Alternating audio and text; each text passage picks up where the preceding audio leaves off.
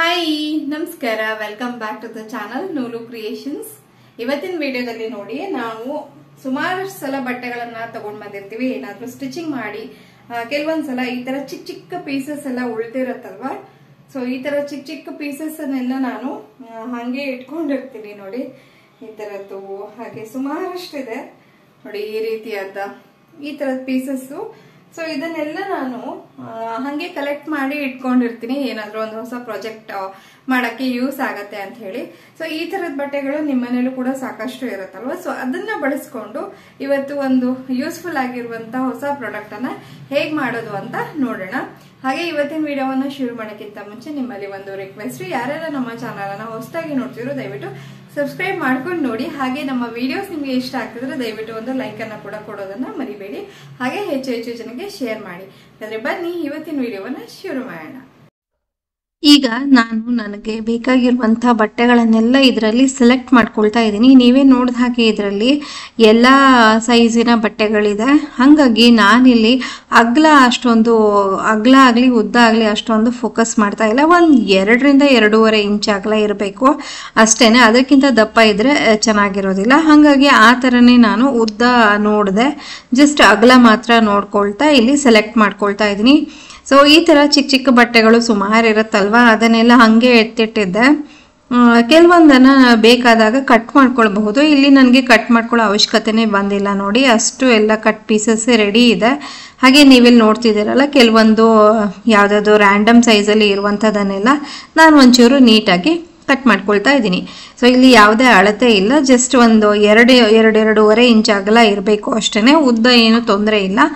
ಹಾಗೆ ನಾನಿಲ್ಲಿ ಒಂದು ಬಟ್ಟೆಯನ್ನು ತಗೊಂಡಿದ್ದೀನಿ ಬೇಸ್ ಬಟ್ಟೆಯಾಗಿ ಯೂಸ್ ಮಾಡೋದಕ್ಕೆ. ಅದರ ಅಗಲ 11 ಇಂಚ್ ಇದೆ, ಹಾಗೆ ಉದ್ದ 18 ಇಂಚ್ ಇದೆ.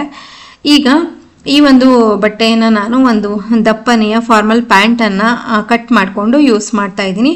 ಈಗ ಏನು ಮಾಡಬೇಕಂದ್ರೆ, ಈ ಒಂದು ಬಟ್ಟೆಯನ್ನು ಬೇಸ್ ಆಗಿ ಇಟ್ಕೊಂಡು ಅದ್ರ ಮೇಲೆ ನಾವು ಈ ಪೀಸಸನ್ನು ಸ್ಟಿಚ್ ಮಾಡ್ತಾ ಬರಬೇಕು. ಈಗ ನಾನು ಸ್ಟಿಚಿಂಗ್ ಅನ್ನ ಸ್ಟಾರ್ಟ್ ಮಾಡಿದೆ. ಹಾಗೆ ಇದನ್ನ ಹೇಗ್ ಮಾಡೋದು ಅಂತ ಕೆಲವರು ಗೊತ್ತಾಗಿಲ್ಲ ಅಂತ ಕಮೆಂಟ್ ಮಾಡ್ತೀರಾ, ಅದಕ್ಕೋಸ್ಕರ ನಾನಿಲ್ಲಿ ಡೀಟೇಲ್ ಆಗಿ ಸ್ವಲ್ಪ ತೋರಿಸ್ತಾ ಇದ್ದೀನಿ. ಮೊದಲನೇದಾಗಿ ಬೇಸ್ ಬಟ್ಟೆ ಏನ್ ತಗೊಂಡಿದ್ನಲ್ಲ, ಅದರ ಅರ್ಧದಿಂದ ನಾನು ಸ್ಟಿಚಿಂಗ್ ಅನ್ನ ಸ್ಟಾರ್ಟ್ ಮಾಡಿದೆ. ಉದ್ದನೆಯ ಒಂದು ಪಟ್ಟಿಯನ್ನ ಫಸ್ಟಿಗೆ ಅಟ್ಯಾಚ್ ಮಾಡಿಬಿಟ್ಟು ಅದರ ತುದಿಗೆ ಇನ್ನೊಂದು ಪಟ್ಟಿಯನ್ನ ಅಟ್ಯಾಚ್ ಮಾಡಿ ಅದನ್ನ ತಿರುಗಿಸ್ತಾ ಮತ್ತೆ ಅದರ ತುದಿಗೆ ನಾವು ಅಟ್ಯಾಚ್ ಮಾಡ್ತಾ ಹೋಗ್ಬೇಕು. ಇಲ್ಲಿ ನಾನು ವಿಡಿಯೋದಲ್ಲಿ ನಿಮ್ಗೆ ಸಂಕ್ಷಿಪ್ತವಾಗಿ ಅದನ್ನ ಹೇಗ್ ಮಾಡೋದು ಅಂತ ತೋರಿಸ್ತಾ ಇದ್ದೀನಿ. ಸೊ ಇದನ್ನ ನೋಡಿಕೊಂಡು ನಾವು ಯಾವುದೇ ಬೇಸ್ ಬಟ್ಟೆಯನ್ನ ತಗೊಂಡು ಅಥವಾ ಯಾವುದೇ ಚಿಕ್ಕ ಚಿಕ್ಕ ಪೀಸಸ್ ಬಟ್ಟೆಗಳನ್ನ ತಗೊಂಡು ಒಂದು ವೈಬ್ರೆಂಟ್ ಲುಕ್ ಇರುವಂತ ಒಂದು ಬಟ್ಟೆಯನ್ನ ಕ್ರಿಯೇಟ್ ಮಾಡಬಹುದು. ನೋಡಿ, ಈ ತರ ಒಂದ್ ಸೈಡು ಫುಲ್ಲು ನನಗೆ ಸ್ಟಿಚಿಂಗ್ ಆದ ನಂತರ ನಾವು ಮಧ್ಯದಿಂದ ಸ್ಟಾರ್ಟ್ ಮಾಡಿದ್ವಲ್ಲ, ಸೊ ಒಂದ್ ಸೈಡು ಕಂಪ್ಲೀಟ್ ಸ್ಟಿಚ್ ಆಯಿತು. ಸೊ ಉಳಿದಿರುವಂತ ಮತ್ತೊಂದು ಸೈಡ್ಗೆ ಸ್ಟಿಚ್ ಅನ್ನು ಹಾಕೊಳ್ತಾ ಇದ್ದೀನಿ. ಇಲ್ಲಿ ಸ್ಟಿಚ್ ಮಾಡ್ಬೇಕಾದ್ರೇನೆ ಏನಾಗ್ತಿತ್ತು, ಕೆಲವೊಂದು ಪಟ್ಟಿಗಳು ಸ್ವಲ್ಪ ಗಿಡ್ಡ ಅಂತ ಅನಿಸ್ತಿತ್ತು. ಅಂತ ಪಟ್ಟಿಗಳನ್ನ ನಾನು ಫಸ್ಟಿಗೆನೆ ಸ್ಟಿಚ್ ಮಾಡಿಕೊಂಡು ಅದರ ತುದಿಗೆ 2 ಪಟ್ಟಿಗಳನ್ನ ಜಾಯಿಂಟ್ ಮಾಡಿ ಆ ತರ ಮಾಡ್ಕೊಳ್ತಿದ್ದೆ. ಹಾಗೆ ಕೆಲವೊಂದು ಪಟ್ಟಿಗಳು ಸ್ವಲ್ಪ ದಪ್ಪನೆಯದು ಅಂತ ಅನಿಸ್ತಿತ್ತು, ಅದನ್ನು ಕೂಡ ನಾನು ಕಟ್ ಮಾಡಿಕೊಂಡು ಅದೇ ಹೇಳಿದ್ನಲ್ಲ 2 ಇಂಚ್ ಅಥವಾ 2.5 ಇಂಚಿಗೆ ಬೇಕಾಗಿರೋ ರೀತಿ ಅಗಲ ಒಂದು ನೋಡಿಕೊಂಡು ನಾನು ಸ್ಟಿಚ್ ಮಾಡ್ಕೊಳ್ತಾ ಇದ್ದೆ. ಉದ್ದ ಕಡಿಮೆ ಬಿದ್ದಾಗ 2 ಪಟ್ಟಿಯನ್ನ ಜಾಯಿನ್ ಮಾಡ್ತಾ ಸ್ಟಿಚ್ ಮಾಡ್ಕೊಳ್ತಾ ಇದ್ದೆ. ಸೊ 2 ಕೆಲಸಗಳು ಒಟ್ಟೊಟ್ಟಿಗೆ ಇಲ್ಲಿ ನಾನು ಮಿಷಿನ್ ಮೇಲೆ ಕೂತ್ಕೊಂಡೆ ರೆಡಿ ಮಾಡ್ಕೊಳ್ತಾ ಇದ್ದೀನಿ. ಈಗ ನೋಡಿ, ತುದಿವರೆಗೂ ಸ್ಟಿಚ್ ಮಾಡಿದ್ದಾಯ್ತು. ಹಾಗೆ ಎಕ್ಸ್ಟ್ರಾ ಕಾಣುವಂತ ಬಟ್ಟೆಗಳೆಲ್ಲ ಇದೆಯಲ್ಲ, ಅಲ್ಲಿ ನಾನು ಏನ್ ಮಾಡ್ತೀನಿ, ಫಸ್ಟಿಗೆ ನಾನಿಲ್ಲಿ ಬಾರ್ಡರ್ ಅಲ್ಲಿ ಕರೆಕ್ಟ್ ಆಗಿ 4 ಕಡೆಗೂ ಸ್ಟಿಚ್ ಅನ್ನ ಹಾಕೊಂಡ್ಬಿಡ್ತೀನಿ. ಈಗ ನಮ್ದು ಬಾರ್ಡರು ನೀಟಾಗಿ ಬಂದಿರತ್ತೆ. ಈಗ ನೀವು ನೋಡಬಹುದು, ಇಲ್ಲಿ ಎಕ್ಸ್ಟ್ರಾ ಬಟ್ಟೆಗಳು ಸಾಕಷ್ಟು ಕಾಣಿಸ್ತಾ ಇದೆ. ಇದನ್ನ ಇವಾಗ ಒಂದ್ಸಲ ನೀಟಾಗಿ ಟ್ರಿಮ್ ಮಾಡಿಬಿಡೋಣ. ಈ ತರ ಟ್ರಿಮ್ ಮಾಡಿದಾದ ನಂತರ ನಮಗೆ ಒಂದು ಸುಂದರವಾದಂತಹ ಒಂದು ವೈಬ್ರೆಂಟ್ ಆಗಿರುವಂತ ಒಂದು ಪೀಸು ಸಿಗತ್ತೆ. ಚಿಕ್ಕ ಚಿಕ್ಕ ಬಟ್ಟೆ ಪೀಸಸ್ ಅನ್ನೆಲ್ಲ ಜಾಯಿನ್ ಮಾಡಿ ನೋಡಿ, ಎಷ್ಟು ವೈಬ್ರೆಂಟ್ ಆಗಿ ಎಷ್ಟು ಚೆನ್ನಾಗಿ ಕಾಣಿಸ್ತಾ ಇದೆ ಅಂತಂದ್ರೆ, ಎಲ್ಲಾ ಟೈಪಿನ ಬಟ್ಟೆಗಳನ್ನು ಇದಕ್ಕೆ ಜೋಡಿಸಿದ್ದಾಯ್ತು. ಸೊ ಇದೆಲ್ಲವನ್ನ ಜೋಡಿಸಿ ಒಂದು ಸಿಂಗಲ್ ಪೀಸು ಈ ರೀತಿ ರೆಡಿ ಆಗಿದೆ. ಸೊ ನೆಕ್ಸ್ಟ್ ಇದನ್ನ ಏನ್ ಮಾಡೋದು ಅಂತ ನೋಡೋಣ ಬನ್ನಿ. ಈಗ ನಾನೇನ್ ಮಾಡ್ತೀನಿ, ನಾನು ಒಂದು ಬೇಸ್ ಬಟ್ಟೆನ ರೆಡಿ ಮಾಡ್ಕೊಂಡಲ್ಲ, ಥಿಕ್ನೆಸ್ಗೋಸ್ಕರ ನಾನಿಲ್ಲಿ ಮತ್ತೆ ಅದೇ ಪ್ಯಾಂಟನ್ನು ತಗೊಂಡು ಅದರಲ್ಲಿ ಒಂದು ಪೀಸ್ ಬಟ್ಟೆಯನ್ನು ಕಟ್ ಮಾಡ್ಕೊಳ್ತಾ ಇದ್ದೀನಿ. ಅಂದರೆ ಈ ಒಂದು ಬಟ್ಟೆ ಎಷ್ಟು ಉದ್ದ ಅಗಲ ಇದೆಯೋ ಅಷ್ಟೇ ಅಗಲಕ್ಕೆ ಒಂದು ಬಟ್ಟೆಯನ್ನು ಕಟ್ ಮಾಡಿಕೊಂಡು ನಂತರ ಅದನ್ನು ಈ ಒಂದು ಕಟ್ ಮಾಡ್ಕೊಂಡಿರುವಂಥ ಬಟ್ಟೆ ಮೇಲೆ ಇಟ್ಬಿಟ್ಟು 4 ಕಡೆಗೂ ಸ್ಟಿಚ್ ಹಾಕ್ಕೊಂಡು ಒಂದು ಸಿಂಗಲ್ ಪೀಸ್ ರೆಡಿ ಮಾಡಿಕೊಂಡೆ. ಈ ಪ್ರೊಸೆಸ್ಸನ್ನು ನಾನು ಯಾಕೆ ಮಾಡ್ತಾ ಇದ್ದೀನಿ ಅಂದರೆ ನಾನು ಇದಕ್ಕೆ ಸ್ಪಾಂಜು ಅಥವಾ ರೈಸ್ ಬ್ಯಾಗು ಯಾವುದನ್ನೇ ಬಳಸ್ತಾ ಇಲ್ವಲ್ಲ, ಕೇವಲ ಬಟ್ಟೆಯನ್ನು ಮಾತ್ರ ಬಳಸ್ತಿದ್ದೀನಲ್ವ, ಸ್ವಲ್ಪ ಥಿಕ್ನೆಸ್ ಬರಲಿ ಮತ್ತು ಕೊನೆಯಲ್ಲಿ ಸಿಗುವಂಥ ಪ್ರಾಡಕ್ಟು ಸ್ವಲ್ಪ ಸ್ಟಿಫ್ನೆಸ್ ಇರಲಿ ಅಂತ ಹೇಳಿ ಈಗ ನಾನು ಇದಕ್ಕೆ ಜಿಪ್ಪನ್ನು ಅಟ್ಯಾಚ್ ಮಾಡಬೇಕು. ಎರಡೂ ಕಡೆಗೂ ನಾನು ಇವಾಗ ಜಿಪ್ಪನ್ನು ಅಟ್ಯಾಚ್ ಮಾಡಿಕೊಂಡು ಬರ್ತೀನಿ. ಸೊ ಜಿಪ್ಪನ್ನು ಅಟ್ಯಾಚ್ ಮಾಡೋದು ಕಂಪ್ಲೀಟ್ ವಿಡಿಯೋ ನನ್ನ ಚಾನಲಲ್ಲಿ ಈಗಾಗಲೇ ಪೋಸ್ಟ್ ಮಾಡಿದ್ದೀನಿ ಡೀಟೇಲ್ ಆಗಿ, ಅದನ್ನು ಒಮ್ಮೆ ಚೆಕ್ ಮಾಡಿ. ಈಗ ನಾನು ಎರಡೂ ಕಡೆಗೂ ಜಿಪ್ಪನ್ನು ಅಟ್ಯಾಚ್ ಮಾಡಿಕೊಂಡು ಪ್ರೆಸ್ ಸ್ಟಿಚ್ಚನ್ನು ಕೂಡ ಮಾಡಿದಾಯಿತು. ಇವಾಗ ಇದಕ್ಕೆ ರನ್ನರನ್ನು ಇನ್ಸರ್ಟ್ ಮಾಡೋ ಸಮಯ. ರನ್ನರ್ ಕೂಡ ಇನ್ಸರ್ಟ್ ಮಾಡಿದಾದ ನಂತರ ನೋಡಿ ಈ ಥರ ಕಾಣಿಸ್ತಾ ಇದೆ. ಇವಾಗ ಇದನ್ನು ಉಲ್ಟಾ ಮಾಡ್ಕೊಳ್ತೀನಿ. ಉಲ್ಟಾ ಮಾಡ್ಕೊಂಡಿದ್ದಾದ ನಂತರ ಏನು ಮಾಡಬೇಕಂದ್ರೆ ಈ ಜಿಪ್ ಏನಿದೆ ಅದು ಕರೆಕ್ಟು ಸೆಂಟರಲ್ಲಿ ಬರಬೇಕು. ಆ ಪ್ರಕಾರವಾಗಿ ಇಟ್ಕೊಂಡು ಎರಡೂ ಕಡೆಗೂ ಡಬಲ್ ಸ್ಟಿಚ್ಚನ್ನು ಹಾಕ್ಕೊಳ್ಬೇಕು. ಈಗ ನಾನು ಸ್ಟಿಚ್ಚನ್ನು ಹಾಕ್ಕೊಂಡಿದ್ದಾಯಿತು. ಈಗ ನೆಕ್ಸ್ಟ್ ಏನು ಮಾಡ್ತೀನಿ ಅಂದರೆ ಕಾರ್ನರ್ಸಲ್ಲಿ 1.5 ಇಂಚು ಬೈ 1.5 ಇಂಚಿಗೆ ಒಂದು ಬಾಕ್ಸನ್ನು ಮಾರ್ಕ್ ಮಾಡ್ಕೊಳ್ತಾ ಇದ್ದೀನಿ.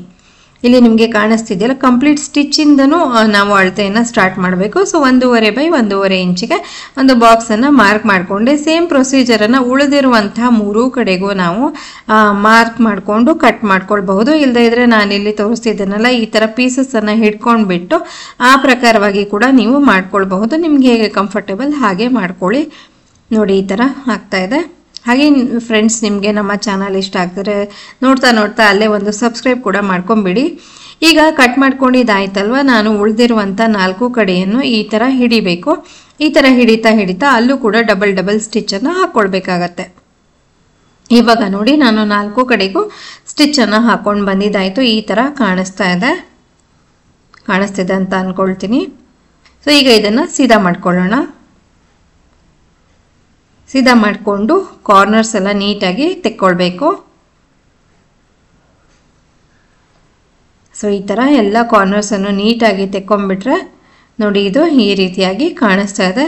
ಬೇರೆ ವೆರೈಟಿ ಕಲರ್ಸು ಮತ್ತು ಬಟ್ಟೆಗಳಿಂದ ಡಿಸೈನ್ ಆಗಿ ಕಾಣಿಸ್ತಿರುವಂಥ ಒಂದು ಪೌಚು ರೆಡಿ ಇದೆ. ಇದನ್ನು ಪ್ಯಾಚ್ ವರ್ಕ್ ಅಂತ ಹೇಳ್ತಾರೆ. ಹಾಗೆ ಕ್ವಿಲ್ಟೆಡ್ ಪೌಚ್ ಅಂತ ನೀವು ಗೂಗಲಲ್ಲಿ ಸರ್ಚ್ ಮಾಡಿದ್ರು ಕೂಡ ಸಾಕಷ್ಟು ಇಂಥ ಪೌಚಸ್ಗಳು ಸಿಗತ್ತೆ. ಮತ್ತು ಇದೆಲ್ಲವೂ ಕೂಡ ಸಖತ್ ಎಕ್ಸ್ಪೆನ್ಸಿವ್ ಆಗೇ ಇರುತ್ತೆ. ಲೈಕ್ 500 ಮೇಲೆ ಇರುತ್ತೆ ನಿಮಗೆ ಪೌಚ್ ಎಲ್ಲ. ನೋಡಿ ನೀವು ಕೂಡ ನಿಮ್ಮ ಮನೇಲೆ ಆರಾಮಾಗಿ ಮಾಡ್ಕೊಳ್ಬಹುದು, ಯಾವುದೇ ಖರ್ಚಿಲ್ಲದೆ ಅಂತ ಹೇಳಕ್ಕೆ ಇಷ್ಟಪಡ್ತೀನಿ. ಟ್ರೈ ಮಾಡಿದ್ರೆ ಹೇಗೆ ಬಂತು ಅಂತ ನನಗೂ ಕೂಡ ಕಾಮೆಂಟಲ್ಲಿ ತಿಳಿಸಿ.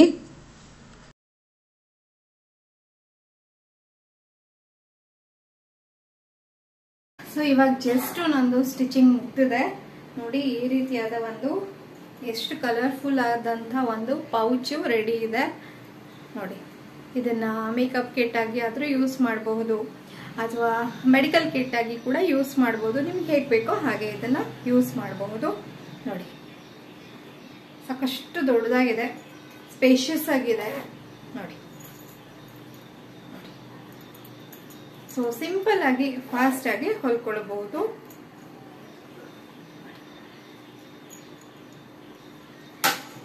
ಸೊ ನೋಡಿದ್ರಲ್ವಾ, ಬೇಡದೇ ಇರುವಂತ ಚಿಕ್ಕ ಬಟ್ಟೆಗಳನ್ನೆಲ್ಲ ಬಳಸಿಬಿಟ್ಟು ಸುಂದರವಾದಂತ ಯೂಸ್ಫುಲ್ ಆದಂತ ಪ್ರಾಡಕ್ಟ್ಸ್ ಅನ್ನ ಹೇಗೆ ಮಾಡ್ಕೊಳ್ಬಹುದು ಅಂತ ಹೇಳಿ ಇವತ್ತಿನ ಒಂದು ವಿಡಿಯೋ ನಿಮ್ಗೆಲ್ರಿಗೂ ಇಷ್ಟ ಆಯ್ತು ಅಂತ ನಾನು ಭಾವಿಸ್ತಾ ಇದ್ದೀನಿ. ಇಷ್ಟ ಆಗಿದ್ದಲ್ಲಿ ಪ್ಲೀಸ್ ಒಂದು ಲೈಕ್ ಕೊಡಿ. ಚಾನಲ್ಗೆ ಹೊಸಬರಾಗಿದ್ದಲ್ಲಿ ಸಬ್ಸ್ಕ್ರೈಬ್ ಮಾಡ್ಕೊಂಡು ನೋಡಿ. ಹಾಗೆ ಹೆಚ್ಚು ಜನಕ್ಕೆ ಶೇರ್ ಮಾಡಿ.